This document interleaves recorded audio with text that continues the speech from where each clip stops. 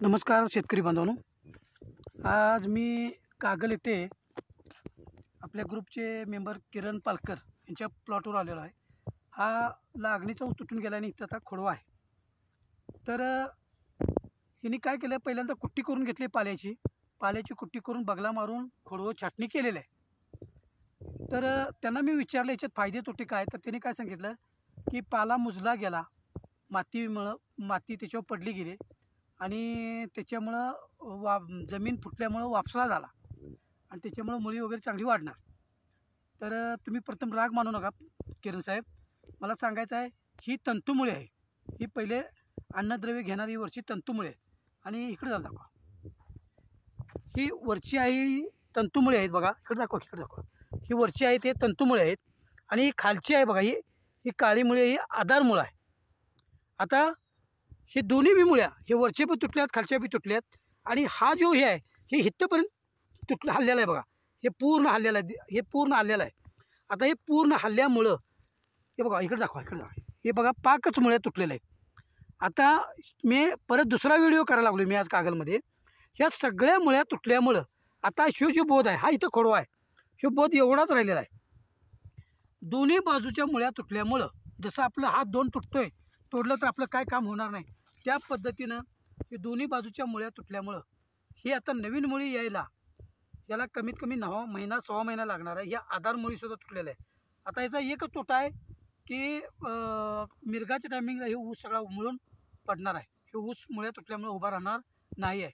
आता हिने काय केलं, हिने भर कुठं घातली, हे पाला झाकला म्हणजे पाला लवकर कुजणार, जीवाणू वाढणार, हे पण मला मान्य आहे, पण जीवाणू नुसतं वाढून चालणार नाही, हिची मुळी पण जी होती ती मुळी तशीच पाहिजे होती। तर हे न ह्याच्यावर माती घालता, न मुळ्या तोडता पाला एक सरी आड घातला असता आणि एका सरीला हे ठेवलं असतं, रिकामी ठेवली असते, तर एका सरीला खताचं नियोजन करून एक सरी वापसा कंडिशन राहिली असती, एका सरीत पाला राहिला असता।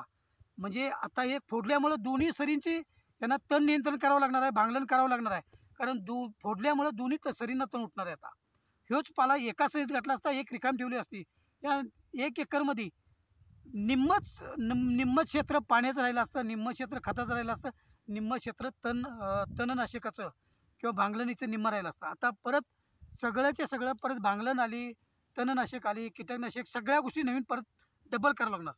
त्याच्यामुळं परत नुकसान आणि काय की ही मुळी तोडल्यामुळं नुकसान ती झाली। आता परत ही काय करणार शेतकरी, ह्याच्यातूनच खत टाकणार तुम्ही, म्हणजे ही जी गरी पडली आहे ह्याच्यात खत टाकणार। आणि एक महत्त्वाची गोष्ट, आता ही मुळी इथं वरती राहिली आहे आणि खत इथं पडणार, यांचं लक्षात घ्या शेतकरी बांधवांनो, मुळी ही आता वरती मुळी आहे आणि इथं खत पडणार, त्यामुळं मुळीच्या खाली खत जाणार आहे, मुळी सगळी बोधात राहणार आहे इथं आणि सगळं खत हे इथं जाणार आहे। त्यामुळं ज्यावेळी तुम्ही पाणी दिसेल त्यावेळी हे खत मुळीच्या खाली जाणार, लागलं तर 50% लागणार, 50% न्यूट्रल होऊन जाणार। हे आपलं बरंचसं तोटा आहेत। प्रत्येक वेळेला मी सांगतो, तुम्ही नाळं मारा डोक्याची, म्हणजे पारीनं होलं घेऊन खतं द्या।